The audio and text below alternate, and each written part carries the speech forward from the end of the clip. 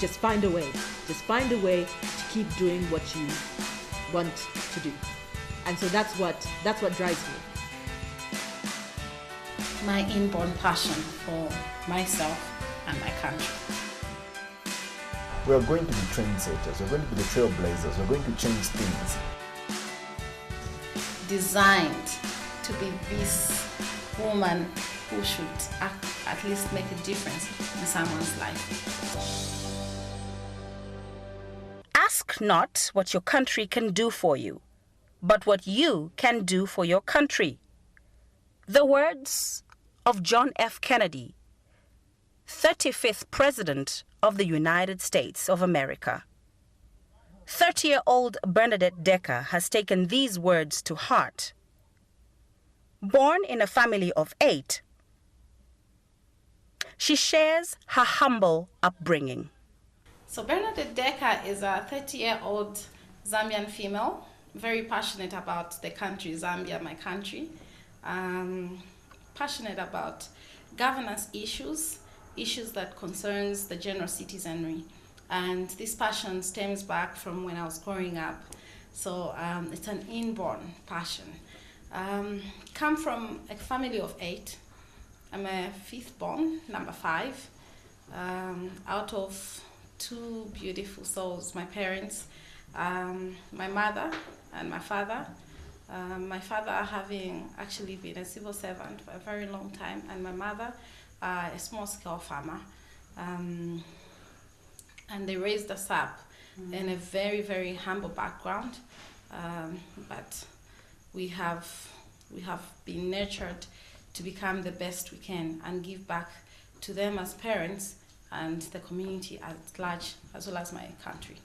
Growing up, my fondest memory draws me back to the times that we would go into the field during holiday times in December, that's rain season. And all of us had to at least, help weeding. And we'd do it in a group, so everybody was there. Those out in boarding schools were home, and so just being in a big family and feeling all the love from siblings, I think that is my fondest memory growing up, because everyone was available. But right now, we are all scattered. Others, I have a brother in America, I have a brother outside town, I have sisters we are all over, we are scattered. So everyone doing their own thing. And once in a while we do, come together during Easter or Christmas, the festivities. But my memories are really, really fondly recollected when I think of a time together with my family. She describes her school background as ordinary, but sacrifices had to be made for her to reach the heights she has today. And moving to South Africa was a step in the right direction. I started at Simon Mwasakapwepwe Primary School here in Lusaka, and then in grade 4 we moved to Kasisi when my parents moved to a farm, Kasisi Primary School, where I graduated from grade 7. From there I went to Roma Girls Secondary School from grade 8 to grade 12, and then I came to University of Zambia here in Lusaka. From University of Zambia I went to South Africa to actually pursue my other dreams, where I joined the New Partnership for Africa's Development, NEPAD. I think that was around 21 years old, so I was one of the youngest, in fact the youngest to serve in NEPAD at that time. And I trotted Africa, I saw Djibouti, and got to understand the African agenda, marrying it to Zambia and our national development agenda, and seeing how other countries are actually performing, especially with regards to joining in regional treaties as well, and how Zambia is faring if we are paying our dues to certain commitments that we need to as a country. Her love for development and social welfare in the community prepared her for bigger roles in her life. So I think my journey, my career actually starts from elementary school, back in primary school. There was a program called Child to Child. I remember very well, I used to give poems, child to child, for survival, development, and a health nation. So I remember that very well. And from there, I would represent a school in different, maybe developmental activities and things to do with social welfare. Went to Roma Girls in grade 8, found a group called UNESCO. I wasn't very passionate about joining it, but somebody just said, okay, you are so well cognizant with things of civic matters at a tender age. Why don't you join the group? Little did I realize that I would actually head the group. Going into grade 9, there was what was called Zambia Model United Nations. I joined it passionately because I really wanted to understand. And this is funny, I could even skip classes for French, and that's how come I'm so bad in French. And later on, I actually realized that I needed that second language. But I could skip classes just to go and lock up myself in the library so that I can understand different United Nations agencies, how they operate, other countries, the status of countries. You know, growing up, we were hearing of Luxembourg, Bosnia and Herzegovina, you know, all those countries that were war-torn as well, Afghanistan at that time.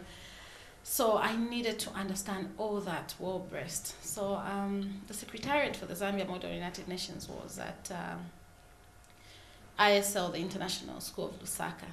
And this organization was actually propelled by international schools. So Roma Girls, having been a Catholic and half government school, really did well in trying to push pupils to actually join in and also participate on that level. It is out of this background, we sat in the General Assembly in one of the sessions at Mulungushi Conference Center. I remember former Vice President Nevas Mumba came to officiate. And then in the evening, when we had to now change, when they had to call a new secretariat, because per year after the general conference, they would change names of secretariat, sort of an annual general conference sort of thing, where per year you bring in a new secretariat. My name was called out. This position of junior resolutions director goes to Bernadette Deka, and then I sat there because I didn't believe or ever think that such a position would go to someone from a government school, you know, because it was really, really championed by all these international schools like Simba International. So this was a club for these elite schools. And I did not think that I would actually be there. All I was doing for me to reach there was being me. I was participating passionately. My friends said, Bernadette, it's you. It's your name. Because what I heard was Roma Girls, you know, in jubilation. So I was thinking, I'm looking at everyone. So and my name wasn't well pronounced. I remember the past president at that time had been James McLachlan from ISL, and he says, Bernadette, Deka. So everyone, all the Roma girls just went up and so I'm thinking, why is it that my school and other government schools are clapping? So I said, you go, you've been called out. I said, called out to where? Called out to the top. You know, and then I had to go meet former Vice President Nevas Mumba, and he congratulated me. Not being racial, but I was the first black girl to serve on that secretariat, actually from the normal schools. Yeah. Bernadette's love for social change and her passion to participate in the community made her a source of news for the press. It did not just end there. She also contributed through writings on issues of importance for the Zambian youth. There was a paper called Trendsetters at that time. And from time to time, I found myself being covered in there. How, I didn't even know, because you know how I would go represent my school in different forums. And there it was, my story, my pictures being taken. I was in the media from time to time. And this was still junior secondary school. Came up to senior secondary school, still at Roma Girls. And I think I was an average student. I don't know why people say she was one of the best students at Roma Girls. I was really an average student. How I found myself, because there were two classes, Class A and Class B. Class A took pure sciences, depending on your behavior and also your marks that you scored from grade 9 transiting to grade 10. And there was also a B class which took physical sciences. So I was so sure that I would go to B class. I don't know how I found myself in the A class, and I did pure sciences. That time it was quite a fuss, yeah, to be in such a class. And there we were. We scored quite a number of awards. Received quite a number of awards. I remember I took up the literature award in grade 12, the best, in school, and everything came as a surprise. As I was growing up, this is why I feel that my life is actually predestined, because for every step that I took, and everything that I did it passionately, thinking I'm just being me. But then little did I realize that I would actually get an applause, or someone will clap, or there'll be an award following. Then that is how come I was always caught unaware. So I would be called up all the time, caught unaware, because I never used to prepare for things like that. So it's inherent. Bernadette has represented the country at different fora, now working as Executive Director at the Policy Monitoring and Research Center, an organization that researches and analyzes on national policy in Zambia. She describes youth participation as the best story a young person can tell. I then joined the National Youth Parliament. There's a lot that I learned from bills, statutory instruments, the laws of Zambia, policies especially. And it is from when I started reading policies and going through these model bills that we had to present in the National Youth Parliament, propelled by the Commonwealth Youth Parliament. It is from that angle that I developed a passion to speak for young people, because I saw a lot of lacunas, a lot of things that were missing for the youth that could have been there. It was just a matter of engaging the young people themselves to speak up for themselves, to say that, look, we are aware that there's this thing, there's the National Youth Policy, there are recreational activities that are meant for us.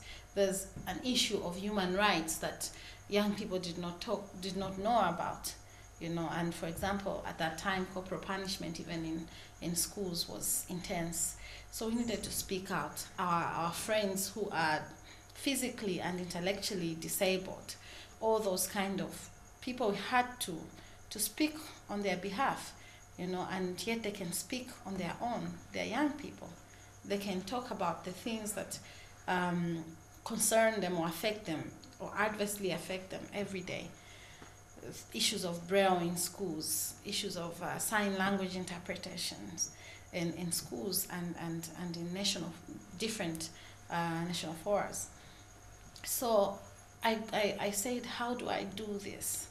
Then one day I woke up, I found myself also again in the newspaper, I think that was Daily Mail, where I was actually captured talking about representation of the disabled. And then I said, oh wow, this is a story told. And I saw many reactions coming thereafter through radio programs where they were citing that, oh, this young person, this is what they said about this and that. So I said, okay, this is just about having a forum. Fine. So as I was thinking about it, and having attended so many careers guidance networks at Roma Girls, and I must commend my secondary school that I attended, they had quite a number of these career guidance activities and events that provided a platform for young people to hear from their mentors and people that we could only see on TV and read in newspapers. Through that, I met a man called Garth Chenda, who was very impressed with my questions and said, let me link you up to a lady called Lucy Muyoeta. At that time, Madam Lucy Muyoeta was at NGOCC, and with also mom in the struggle, Mrs. Emily Sikazwe, and who really groomed me to be. I think she really has a bearing on whatever I'm doing today. Through that, the Post picked me up through Webster Malido. They said, you know what, why don't you have a column in our newspaper, a daily column under the education post, so that you can speak out these things. And at that time, I was already in full-time employment. I just didn't know it. I thought it was activism because I wasn't getting paid a salary. Well, there were allowances, lots of allowances, because I traveled around the country to review the national youth policy through different forums as well, and representing different youth networks. I wrote for the Post. I had a voice. I graduated to the main paper just before I actually went to University of Zambia. By the time I was 19, I was already, I can say, a national icon, because at that time, it wasn't like now where everyone has access to media. It's social media. Anyone can wake up and, do a unique thing or a silly thing or a remarkable thing, and it'll be all over social media, and next day mainstream media will pick it up. But at that time, to be in the media, it had to be something very, very, I think, important. Why is it important for young people to take part in national development? I'll give a very straight answer before I can go into. I can go on a, looking at it from a broader perspective. Why is me? I'm an example. Had I not had such a road to take part in national affairs when I was a little girl, then I shudder to imagine I'd have been given a chance to actually serve, to head a public policy think tank. At that time, I was only 27 years old when I was appointed by the now President of the Republic of Zambia to head such an organization. I think it's highly influential. I think we're shaping policy as well in Zambia. We are analyzing, we are a research institute, and we are a voice also for the common Zambian, by providing information for them to understand, for a common Zambian to understand what is government policy and what it means to them on a daily basis. So for me, I think this is it, why you as a young person should be involved in national affairs. Secondly, no one is a best storyteller than yourself. No one is going to talk about the innermost issues of yourself, the things that affect you daily, if you can't express them yourself. So having said that, and having reviewed the national youth policy, and as well as what we are seeing today, that in different institutions and in different government departments, we are seeing young people, well, even amongst the presidential aides, we see young people as well serving. Why? Because it started with sort of a revolution. A young person had to stand up for themselves to take part. And Zambia is a youthful country. It's a youthful nation. We cannot let the old, the tired to, yes, we value them. We value their wisdom. We have to learn from them. We have to work with them. But at the same time, we have to take the lead because these matters are concerning the youth. Education concerns a young person. Human rights concerns a young person. The environment is about young people. You want to live in a clean environment, conducive environment that will also speak into your life expectancy. We have health issues. Health issues. Anyone for health matters. You don't have to be a year old or 50 years old. For health facilities must be available to everyone. And as a youth growing up, you need to have the best. Wearing the hat of a commercial farmer and an entrepreneur, her drive is an inborn passion to bring about change in her community. Bernadette wants to see Zambia become a better place. My inborn passion for myself and my country. What drives me is waking up, looking at the beautiful environment that God has created, God's creation, and my role in it.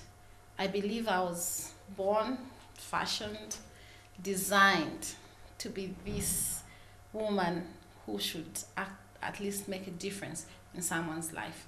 So it begins with one person, myself.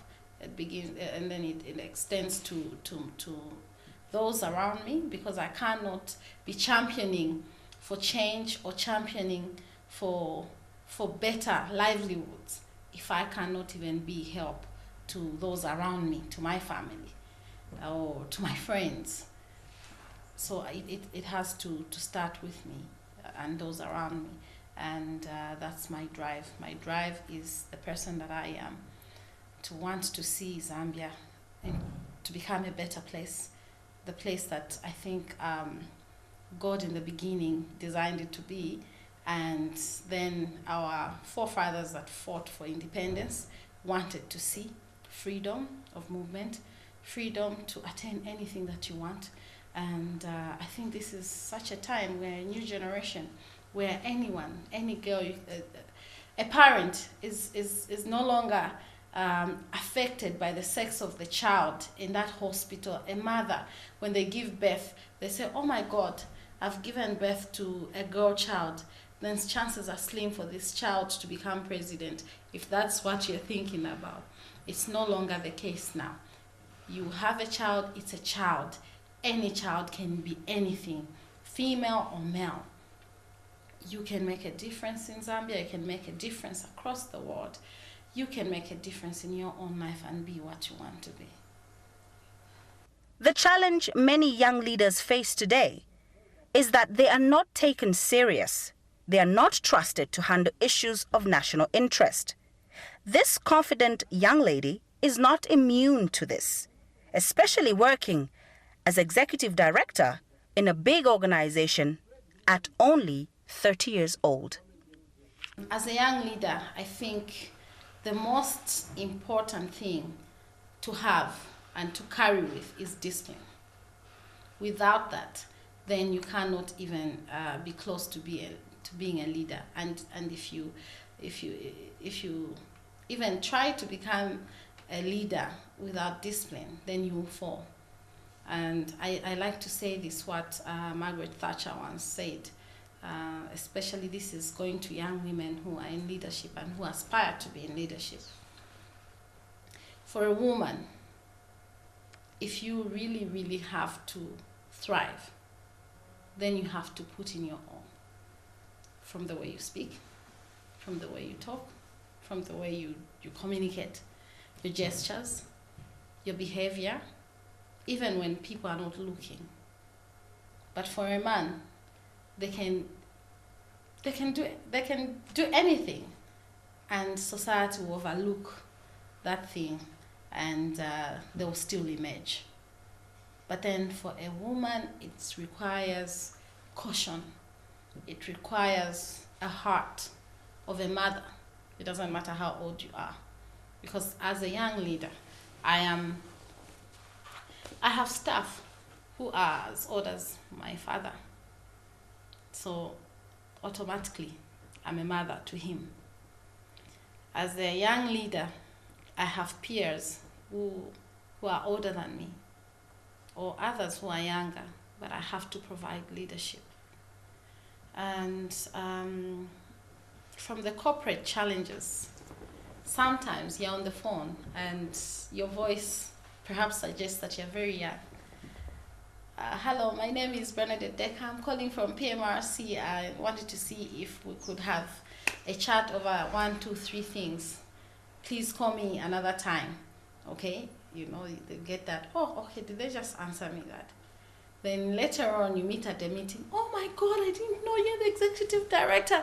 You know, those kind of things. So we face those kind of challenges from the voice and from being judged that you're not mature enough to make certain decisions or to drive and run an institution in the way that it should be, in the way that it was mandated to. My messages to the young leaders who are already occupying those positions that please do not destroy this for other young people who are coming up by being reckless, by being people that cannot be trusted with authority, by being careless with power. And I think this calls for maturity, this calls for good reasoning, this calls for a natural drive as well. So I think that's what I have to share about leadership and being young.